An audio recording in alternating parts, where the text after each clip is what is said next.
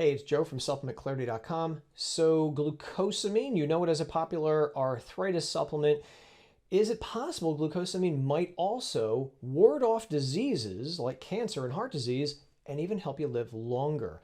Let's look at the very interesting research. So here's the most recent study that has gotten people's attention is the glucosamine, chondroitin, and mortality in a U.S. NHANES cohort study. If you've never seen NHANES before, it's essentially the National Health and Nutrition Examination Survey. It's been going on for decades. They basically take a bunch of people, they give them surveys, they give them physicals to see if what they're doing is helping them stay healthy.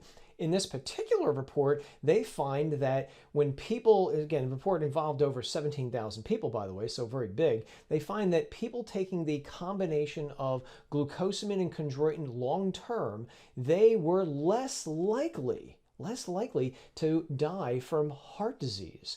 Wow, so that's really, really interesting. So it was about a 65% reduction in the risk of heart disease death. And equally important, equally interesting that I found here is that there was also about a 40% reduction in the risk of dying from everything across the board. In other words, glucosamine and chondroitin appeared to lower the risk of cancer, heart disease, diabetes, strokes, you name it. The risk of all-cause dying from everything appeared to go down by about 40% when people took glucosamine and chondroitin dietary supplements. But this is not the end of the story. There are other studies showing similar effects like this one, the association of habitual long-term glucosamine use and the risk of heart disease. This is a study coming out of the United Kingdom, very large study, almost 500,000 people. They also find long-term use of glucosamine is associated with a significantly lower risk of heart disease, deaths, heart disease, and stroke. So lowering the risk of heart disease, heart attacks, and strokes. And here's another study. This is an earlier investigation, the use of glucosamine and chondroitin in relation to, again, dying, mortality.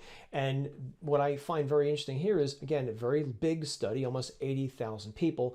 They find that people taking glucosamine and chondroitin, they had a lower risk of dying compared to those who never took glucosamine or chondroitin. So people who took glucosamine and chondroitin supplements appeared to live longer, not get sick as much as people who did not take these supplements.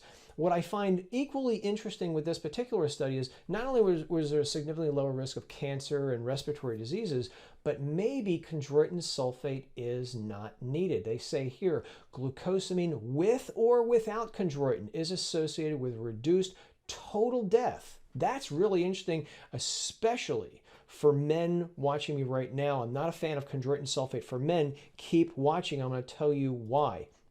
So, what's the theory on how glucosamine and chondroitin may help reduce cancer and heart disease? So it's complicated, but the theory that's been floating around is that perhaps these supplements may reduce inflammation. Both glucosamine and chondroitin will reduce CRP, that's C-reactive protein. That's a blood test marker. Your doctor can test for this. It's a measurement of how much inflammation is going on in your body. And then both glucosamine and chondroitin as well appear to reduce the cyclooxygenase enzyme, the COX enzyme, and this is a big enzyme complex that does a lot of things, but it's also involved in blood clotting and inflammation as well. And as a side note, some people may be taking aspirin because it also not only reduces inflammation, but aspirin also inhibits that cyclooxygenase enzyme. So could glucosamine be a natural COX-2 inhibitor, as some people have floated? Stay tuned for more research. I'll link to some glucosamine supplements below so you can check them out, some quality supplements, because you may not, there's a lot of them out there, but I'll link to some stuff that I think is worth your attention. Now, pros and cons to both of these things. Number one, I think one of the big pros is that these studies involve lots and lots of people, sometimes hundreds of thousands of people. Another pro is that glucosamine is inexpensive. It doesn't cost a lot for a glucosamine supplement. The supplements that contain glucosamine may actually be costly, but glucosamine by itself is not expensive. Again, I'll link to some products that are, I think, worth taking a look at.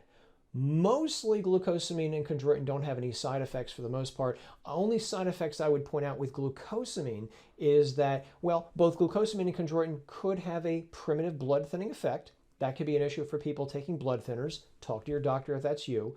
Glucosamine may also increase the pressure in the eyes. That may be a concern for people who have glaucoma. Talk to your eye doctor about that.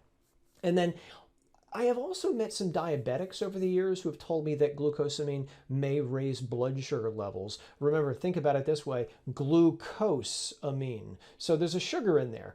So the research doesn't show that glucosamine raises blood sugar levels. It really doesn't. But I've actually met diabetics, a couple of them over the years, who have told me otherwise. So if you're diabetic, talk to your doctor, monitor your blood sugar levels to be safe.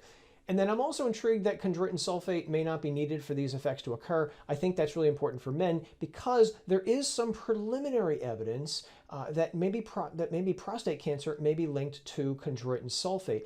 Again, it's very preliminary, involves isolated cells in a test tube. You and I are much more complicated than that, but prostate cancer is kind of serious. So guys, I would talk to your urologist and ask them what they think about prostate cancer and chondroitin sulfate supplements. I personally think glucosamine by itself might be a better way to go for men, but let's let your doctor weigh in on that. As for the cons, again, these are surveys, and surveys are not the same thing as a randomized placebo-controlled trial. I would like to see a study where they took a bunch of people, some got glucosamine, some got chondroitin sulfate, some got both, and then some got a placebo, and let's see if the same outcomes occur. And then as for the optimal dosage, how much of this stuff do you actually take? Well, they didn't actually say it in the surveys. So I would point out that a lot of the people in these surveys are older, and if they were older and they were taking glucosamine, my guess is they're taking it for osteoarthritis. Remember, this is a popular arthritis supplement. And if that's the case, then they're probably taking about 1,500 milligrams a day of glucosamine sulfate. So that might be something to take a look at. So there you have it. There's the research on glucosamine and heart disease and cancer. Leave a comment below. Let me know what you think. Until next time, I'm Joe Cannon from supplementclarity.com. Talk to you soon.